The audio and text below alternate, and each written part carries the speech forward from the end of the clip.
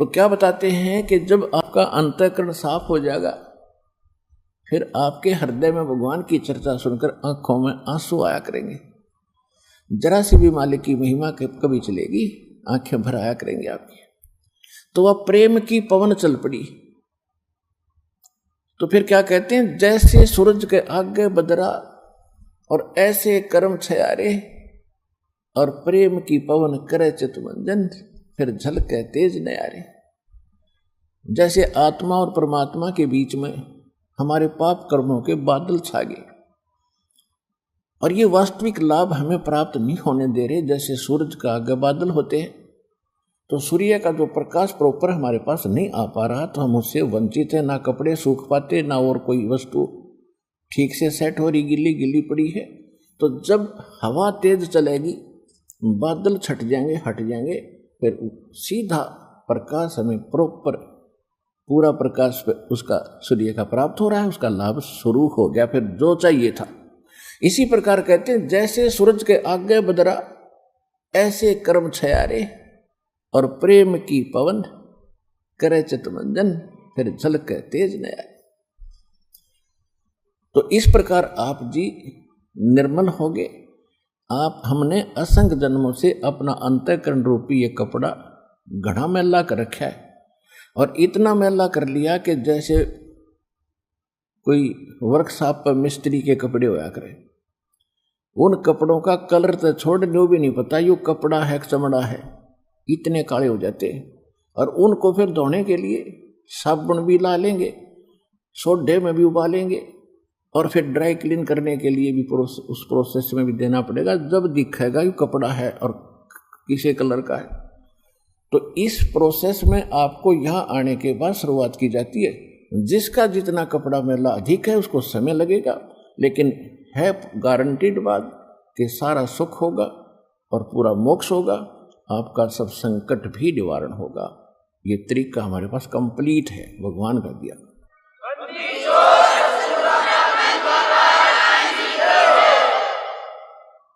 और कोई भक्त कहते हैं हम 4 बार आ लिए हैं, हमें कोई राहत मिल नहीं रही। और कई भक्त अधिकतर कहते हैं, कहने लगे जी कैंसर का रोग था, वो तो कति ठीक हो गया, एक थोड़ा सा हाथ में दिक्कत है। कोई बात ना बेटा, जब भगवान ने इतना भयंकर रोग ठीक कर दिया, हाथ वाली दिक्कत उसके लिए क्या बड़ी है, पर इसने करेगा अपने हिसाब से। अगर सारे कब ठीक कर दिए फिर वह बकवास शुरू हो जाएंगी। तो ये थोड़ा सा तो रखना पड़ेगा तुम्हारे यहाँ, ना तुम भाग जाओगे फिर काल के पाले में। परमात्मा कहते हैं, सुख के माथे पत्थर पड़ो, जिसते नाम हृदय ते जावे, और बलिहारी उस दुख के जो पल पल नाम रटावे। कि हे परमात्मा, इतना सुख भी ना देना जिससे आपकी भूल पड़े, आपका नाम की याद ना रहे। आग लगे इसे सुख के, भगवान बताना चाहते हैं। और इतना दुख भी दिए रखना, तेरी याद बनी रहे। तो ये परमात्मा का काम है। जब आप इसके ऑपरेशन थिएटर में आ गए, जन्म मरण के रोग काटन का ये एकमात्र ऑपरेशन थिएटर है सतलोक आश्रम बरवाला, जिला हिसार में। तो उस रोग का नाश करने के लिए पहले सारी सेटिंग करनी पड़ती है। जैसे शुगर बढ़ रही है, पहले उसने ठीक करेगा डॉक्टर, या कोई और दिक्कत है पहले उसको पूरा करेगा। तो मोक्ष प्राप्ति से पहले आपके ऊपर जो जो संकट हैं उनको सेट करेंगे, तभी तो ये मोक्ष का ऑपरेशन होगा। तो जो दुख तुम्हारे ऊपर है पहले इनको ठीक करेंगे, अवश्य करेंगे, फिर समय बेशक लग जाएगा, अपने हिसाब से करेंगे। और किसी का कोई ऐसा दिक्कत है नहीं तो सीधा ऑपरेशन हो जाता उसका।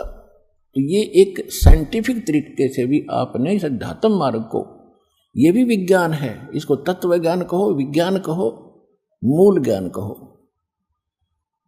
ये अध्यात्म विज्ञान है। इस तरह परमात्मा अपने हिसाब से करेगा। तो इस प्रकार आपने जल्दी नहीं मचानी चाहिए। अब जैसे कई कहते हैं जी हमने ज्योति भी वो यज्ञ भी करा दिया है, हमने एक पाठ भी करा दिया है, अभी भी कुछ घर में थोड़ी बहुत दिक्कत चली रही है। तो पुण्यात्माओं ये विचार करना चाहिए। कोई कई भक्त दिक्कत ऐसे बिना ज्ञान के विचलित हो जाते हैं। एक कह रहा था कि मेरी पत्नी ऐसे ऐसे कह रही थी, ये कर लिया वो कर लिया, मैं तो इस नाम को ही त्यागूंगी। एक बहन कह रही थी वहाँ बहुत अच्छा संत है, वहाँ जाऊंगी। तो पुण्यात्माओं देखो, यही दास समाप्त करना चाहता है कि पहले आप ज्ञान समझो। जब तक ये मन में है ना तो आपको कतई लाभ नहीं होते यार, रोज बैठे रहना। सबसे पहले एक तरफ हो जाओ कि पृथ्वी पर भगवान, इस कबीर परमात्मा जैसे भगवान नहीं, और इस सतलोक आश्रम बरवारा जिला हिसार जैसा इस दास के द्वारा दिया गया ज्ञान जैसा ज्ञान नहीं, और ऐसे भक्ति विधि नहीं पृथ्वी पे। और ये गारंटी दास आपको प्रमाणित भी कर रहा है और गारंटी दे रहा है। तो इसलिए इतना ज्ञान और इतना आपको प्रमाण दिखाने का दास का उद्देश्य है कि आप भगवान के इस मार्ग पर दृढ़ लगे रहें। और कहते हैं सत ना छोड़े सूरमा, सत छोड़े पथ जा, और सत के बांधे लक्ष्य में फेर में लग गया। परमात्मा आपकी परीक्षा लेते हैं। अगर आप थोड़े से में डगमग हो गए तो फिर भगवान का ऑपरेशन नहीं करने दिया, आप तो उठ के भाग गए, जाओ फिर थिएटर से भाग गए तो जाओ भाई, वहां कौन करेगा। तो इस प्रकार आप जीने बहुत डर रहना पड़ेगा। ये कोई डूम बाट के गीत नहीं, और दास कोई रोजी रोटी के लिए ये सांग नहीं जोड़ रहा। 2 रोटी भगवान ने दे रखी थी, जूनियर इंजीनियर की पोस्ट थी, civil department, irrigation department Haryana में, और अपनी मर्जी से उस पोस्ट को त्याग कर भगवान के आदेश अनुसार इस परमार्थ काम पर दास लगा है। भगवान को खूब पहचाना है, सारा ज्ञान जाना है, तब इस मार्ग पर कदम रखा दास ने। ये तो निश्चित हो जाना।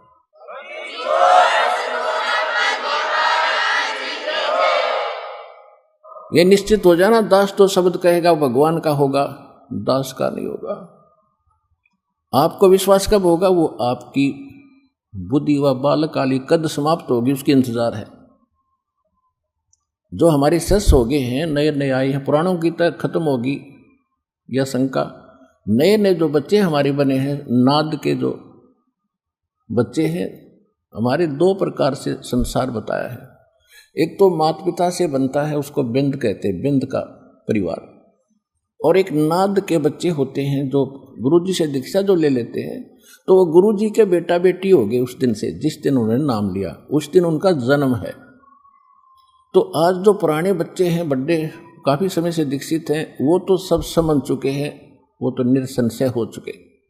जो नए बच्चे हैं, दीक्षा ले भी ली है, 1.5 साल हुआ है, ज्ञान अभी पूरा समझ में आया नहीं है, तो बालक है अभी। अब जैसे बालक कोई पेन उठा लेता है और उस पेन को उठा के अपने पिताजी से पूछता है, पापा जी ये क्या है? वो कहता है बेटा पेन है। वो कहता है कि पेन है,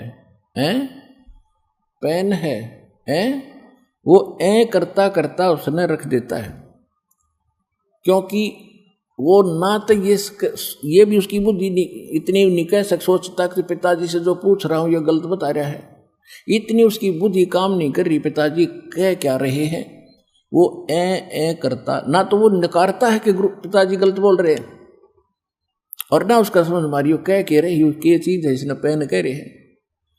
तो जब वो बच्चा थोड़ा सा बड़ा हो जाता है तो उसकी ए मिट जाती है, और फिर उसको कहते हैं बेटा वो पेन ला उठा के, बेटी भाग्या जाता है, पेन उठा के लाता है।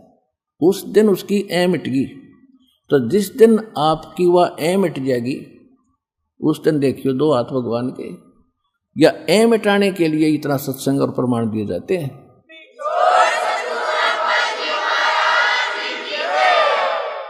तो क्योंकि आप हमारे बच्चे हो गए, शिष्य हो गए, आपको इतना तो ज्ञान हो गया कि जो गुरु बोलते हैं वो सत्य है।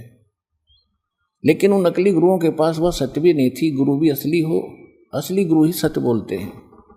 तो इस पूरे ब्रह्मांड में, 21 ब्रह्मांड में, इस पृथ्वी पे आज सत्य भक्ति बताने वाला, सच्चा ज्ञान देने वाला कोई संत नहीं है इस दास के अतिरिक्त।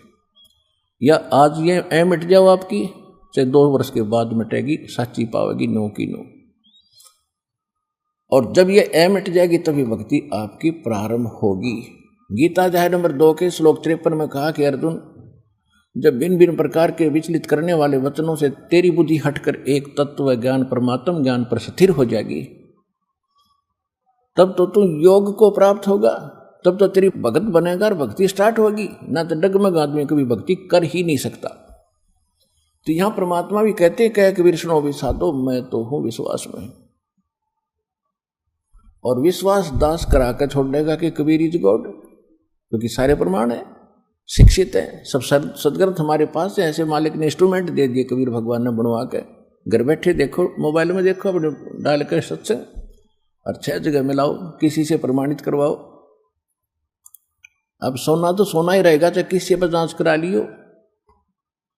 तो दास ने आपको वो हीरे मोती लाल दे दिए हैं जो आपको अध्यात्म मार्ग में धनी बनावेंगे।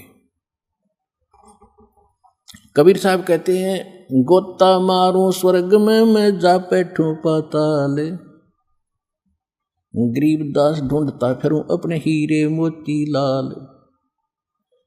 फिर क्या बताते, चारों युग में संत पुकारे कूक कहा हम हेल रे, हीरे माणिक मोती बरसे ये जग चुगता ढेल रे। क्या बताते हैं परमात्मा कि मैं खुद चारों युगों में आया। सतयुग में सत सुकृत कह टेरा, त्रेता नाम मुनिंदर मेरा, द्वापर में करुणा में कहाया, कलयुग नाम कबीर धराया। चारों युग में मेरे संत पुकारे और कोक कहा हम हेल रे, हीरे माणिक मोती बरसे ये जग चुगता ढेल रे। कि चारों युगों में जिन महापुरुषों को मैं मिला, भक्तों, दृढ़ भक्तों को, उनको यथार्थ ज्ञान से और भगवान से और मेरे स्थान से परिचित करा के वापस छोड़ा। उन्होंने भी मेरे ज्ञान को आगे बढ़ाया और मैं खुद भी आकर के यही सत्य भक्ति रूपी और सच्चे नाम रूपी ये हीरे और मोती आपके सामने फेंक रहे हैं। जबरदस्ती जगह जगह खड़े होकर ज्ञान दे रहे थे भगवान, और आप इन हीरे मोतियों से परिचित नहीं है, यथार्थ भक्ति और यथार्थ ज्ञान से और भगवान से, जिस कारण से आप लालों को छोड़कर और उन अज्ञानी संतों महंतों के द्वारा बताएगी वो गलत साधना रूपी कंकर पत्थर डले इकट्ठे कर रहे हो। क्या बताते हैं परमात्मा कि चार युग में मेरे संत पुकारे और को कहा हम हिल रे, हीरे माणिक मोती वर्षा में और ये जग चुगता ढेल रे। आन उपासना रूपी डले इकट्ठे कर रहे हो जिनकी आगे आपको कोई वैल्यू नहीं मिलेगी। अब जैसे प्रसंग चल रहा था कि डगमग नहीं होना चाहिए, दूर देश से आने वाले बच्चे, कोई महाराष्ट्र से आ रहा है, कोई उड़ीसा से आ रहा है, कोई मध्य प्रदेश उत्तर प्रदेश के परले हिस्से से या अन्य राजस्थान से कहीं भी आ रहे हैं, तो वो कितनी रजा उनके ऊपर। और यही ज्ञान सब सुन रहे हैं, बहुत से लोगों को बताया जा रहा है, पुस्तकें बांटी जा रही हैं और उनके समझ में नहीं आ रही है बात, यू कह क्या रहे हैं ये। तो इसका दो कारण है। एक तो दो प्रकार के प्राणी मनुष्य जीवन प्राप्त करते हैं। एक तो पिछले संस्कारों से, पुण्य कर्मों से लगातार मनुष्य जीवन प्राप्त करते हुए आ रहे होते हैं। लगातार किसी के 10 जन्म भी हो सकते हैं, 5 भी हो सकते हैं, 2 भी हो सकते हैं, जिसे उनके पुण्य संस्कार होंगे। और एक दूसरी टाइप के ऐसे परमात्मा ने विधान बना के छोड़ रखा है कि एक मनुष्य जीवन प्रत्येक प्राणी को अवश्य मिलेगा। 84 लाख प्रकार के प्राणियों के शरीरों में धक्के खाने के बाद एक मनुष्य जीवन जरूर मिलता है। तो ऐसे मनुष्य जीवन जो एक ये टर्न वाइज मिलता है, ऐसे जो व्यक्ति मनुष्य जीवन प्राप्त हैं उनका जल्दी सी या भक्ति सेट हो नहीं। और जो पिछले जन्मों से मनुष्य, पिछले भी जन्म में मनुष्य थे, 1-2 जन्म में, और आज भी मानव शरीर है, तो वो ही भक्ति के लिए भटक रहे हैं। चाहे कुछ थोड़ी बहुत कर रहे हैं या वैसे हृदय से मान रहे हैं, तो मनुष्य जीवन से आए हुए प्राणी हैं। तो उनमें भी संस्कारों की आपस में भिन्नता होती है। अब जैसे यही ज्ञान सबको सुनाया जा रहा है और इस ज्ञान की शुरुआत सबसे पहले हरियाणा प्रांत से हुई, तो दुर्भाग्य यहाँ के लोगों का कि कुछ दुष्ट लोगों ने ऐसा कुप्रचार कर दिया हमारे आश्रम का।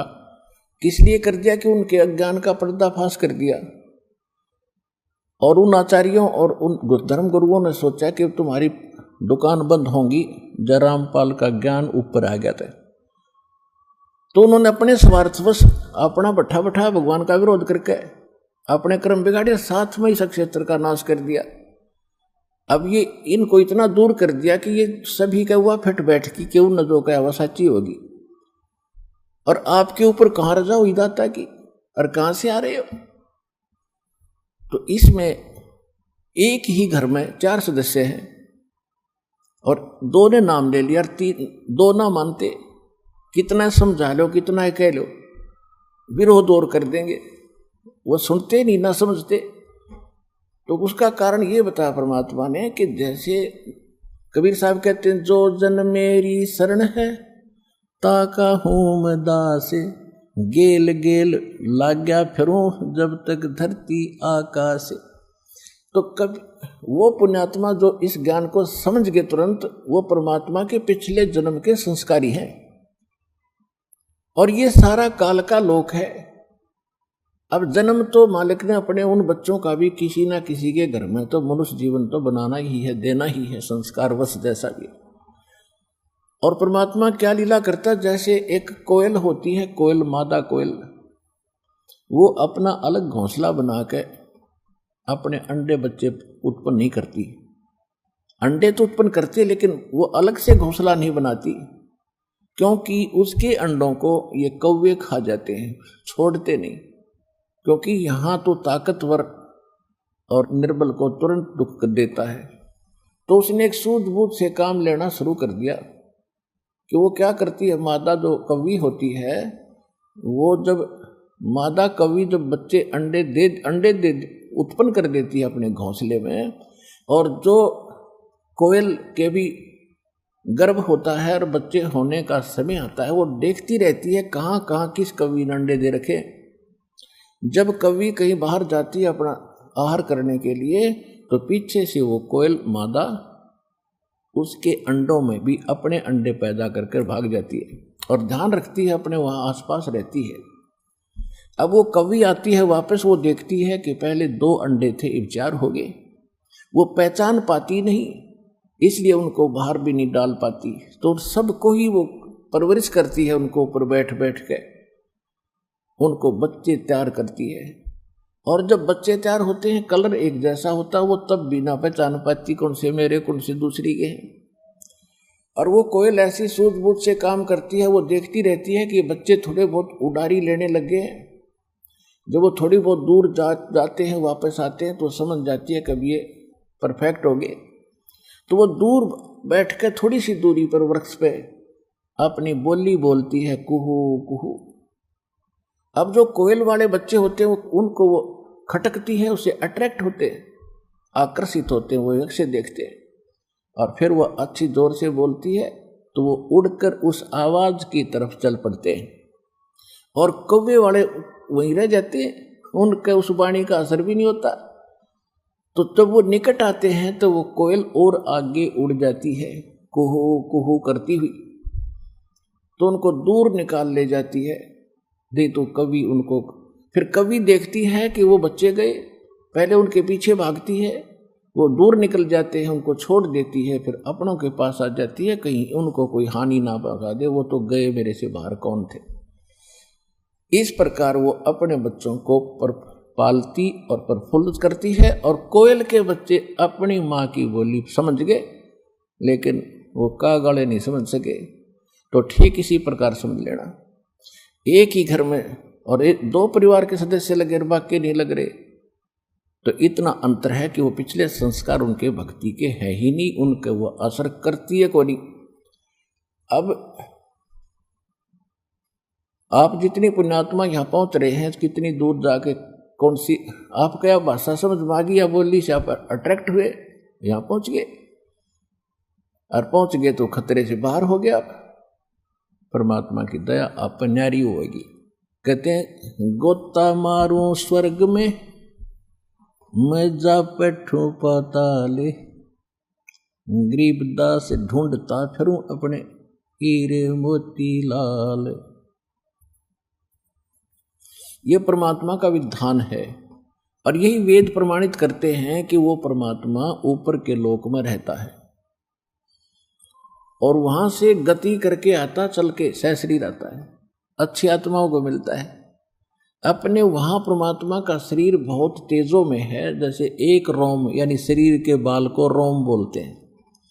एक रोम में करोड़ सूर्य मिला दे, करोड़ चंद्रमा, इतनी रोशनी है उस परमात्मा की, उससे भी ज्यादा यानी। और पूरे बॉडी के बालों की कितनी होगी? 3.5 करोड़ रोम कूप होते हैं मनुष्य के शरीर में, तो कितना तेज है। और उस तेज में शरीर में यहाँ आ जा भगवान, तो हमारी चरम दृष्टि उसको देख नहीं सकती। तो अपने शरीर को वो हल्का करके, तेज बुंद का हल्का करके, और इस विध हमको भेंट ही। और यही वेद बताते हैं कि परमात्मा अपने शरीर को, अपने रूप को, स्वरूप को हल्का करके, सरल करके, और यहाँ अच्छी आत्माओं को मिलते हैं, उनको ज्ञान से परिचित कराते हैं, और कवियों की तरह आचरण करते हैं, जगह जगह खड़े होकर लोकोक्तियों के माध्यम से, कविताओं से वह अपनी वाणी का, उस तत्व ज्ञान का प्रचार करते हैं। तो इसी परमात्मा का विधान है, और ये केवल परमात्मा कबीर जी ने ही ये लीला की है। एक समय की बात है कि धर्मदास नाम के महापुरुष बहुत बड़े धनी थे, बहुत ज्यादा उनके पास धन था, और वैश्य कुल में जन्म था, यानी बनिए लाला जी थे। और इतना पैसा होते हुए भी उसके अंदर दृढ़ परमात्मा की एक विशेष तरफ थी। उन्होंने एक हिंदू धर्म से संबंधित वैष्णव परंपरा के, यानी विष्णु जी सतोगुण के उपासक संत श्री रूपदास जी से दीक्षा भी ले रखी थी। और ये सबसे बड़ी कभी हमारी जो सबसे बड़ी बाधा हमारे लिए है कि जो नकली संतों के फंस गए ना जो भक्त, उनको वहां से निकालना मेरे लिए कठिन हो रहा है। और वैसे सिंपल जैसे हम पहले कहीं फंसे नहीं थे, वैसे अपने आप मंदिर में चले गए, अपने आप को व्रत रख लिया, कोई राम राम कर लिया, कोई गीता का पाठ कर लिया, तो हम थे न्यूट्रल से। तो हमने जल्दी असर हो गया हमारे इन बातों का, सच्चाई देखी सदग्रंथों में, तो हम सीधे जल्दी लग गए। जो किसी गुरु के फंसा हुआ है तो वो पहले जाता है अपने गुरु जी से पूछेगा कि गुरु जी मैंने ऐसे सुना, वो संत ऐसे कह रहा था, और वो नकली सामने देख भी लेगा, उसके आगे उसकी महिमा अड़ जाती है, उसकी स्वार्थ हट जाता है, और उसको ये मालूम है कि जो मैं कहूँगा ये चेला सारी सच्ची मानेगा, तो वो जानबूझ कर उनको गुमराह कर देते हैं। तो वो फिर सच मान लेते हैं, भाई गुरुजी की बात तो गुरुजी जानते होंगे, हमें क्या पता। तो सबसे बड़े इस मार्ग में जो बाधक हैं ये गुरु है जो नकली है। बाकी जो न्यूट्रल से वो तो अपने आप फटाफट आ रहे हैं। हाँ भी बिल्कुल साथ है, सामने प्रमाण है, वेद गीता में हम पढ़ ले, हम खुद पढ़ सकते हैं, बालक थोड़े हैं, हम शिक्षित किए भगवान ने, तो वो जल्दी आ रहे हैं। और ठीक है, कोई अच्छी किस्मत वाला है, उनके गुरुओं को फंस रहा है, बुद्धिमान व्यक्ति है, प्रमाण देख लेता, वो आता है, ऐसे भी आ रहे हैं, लेकिन वो संख्या में बहुत कम है। तो ऐसे ही रूपदास नाम के एक वैष्णव परंपरा के संत से उसने नाम भी ले रखा था, दीक्षा भी ले रखी थी, क्योंकि ये तो एक आम धारणा है भगत समाज में, खास करके गुरु बिन बात बने नहीं, गुरु बिन मोक्ष हो नहीं सकता। पर यह भी ना समझ में आती है, गुरु भी गुरु हो, नकली ना, नकली से बात नहीं बनेगी। पासपोर्ट है तो ओरिजिनल हो विदेश जाने के लिए, तो पक्की बात है, पासपोर्ट बिना जा ही नहीं सकते, और फिर वीजा लग गए। तो पासपोर्ट भी असली हो, गुरु जी भी असली हो, शिक्षा दीक्षा भी असली हो, ओरिजिनल हो, तब वो बात सही है। लेकिन नकलियों को भी हमने उसी कैटेगरी में ले लिया, असली वाली में। इसका कारण ये था कि हम पहचान नहीं कर पा रहे थे। अब दास ने पहले पहचान कराई आपको संत और असंत की, और बुद्धिमान समाज धीरे धीरे इधर आकर्षित होगा, अग्रसर भी होगा, समझेगा, रहा होगा, अपना पीछा छुड़वाओ। तो उस रूपदास जी ने जैसा भी हम पहले सभी करते थे, ओम नमः भगवते वासुदेवाय, ओम नमः शिवाय, ओम ओम जाप करो, और जैसे विष्णु जी का सहस्रनामा, एकादशी का व्रत, और जन्माष्टमी का व्रत, सोमवार मंगलवार का कोई ना कोई एक व्रत, और तीर्थों पे भ्रमण करना, गीता जी का नित्य पाठ करना, तो इस तरह की वो साधना बताते थे। तो ऐसे ही वो गुरु थे, उन्हीं से थोड़ा बहुत ज्ञान हमने किसी से सुनकर हमारे पास था। भले हमने गुरु नहीं बना रखे थे, पर चलती बातों से ये अवश्य होता था गुरु हो। लेकिन गुरु हमने कोई बना नहीं था, बनाया नहीं हुआ, ध्यान नहीं गया, तो पूजा हम कर ही रहे थे। तो भगत समाज में जो ज़्यादा अग्रसर हैं वो सबसे पहले गुरु ही बनाते हैं। और ये दया रही परमात्मा की, हम इन गुरुओं का नहीं फंसे, परमात्मा की न्यारी कृपा रही। तड़प थी बतेरी, पर कदे मन में नहीं आके तो गुरु बना लिया, अपना हनुमान पूज लिया, श्री कृष्ण जी के गुण गा लिए, गीता का पाठ कर लिया रोजाना, और मंगलवार को प्रसाद बांट दिया। कभी सालासर चले गए, कभी और इष्ट धाम पर मत्था टेका। इतनी सी साधना हमारी जारी थी। और यह तो नकली थी, पता लगा कुछ भी नहीं थी। और जिन्होंने गुरु बना के भक्ति करे वो भी नकली, क्योंकि वहाँ भक्ति है नहीं, वो गुरु नहीं, उस पर वो उनके पास सतभक्ति नहीं, सतज्ञान नहीं।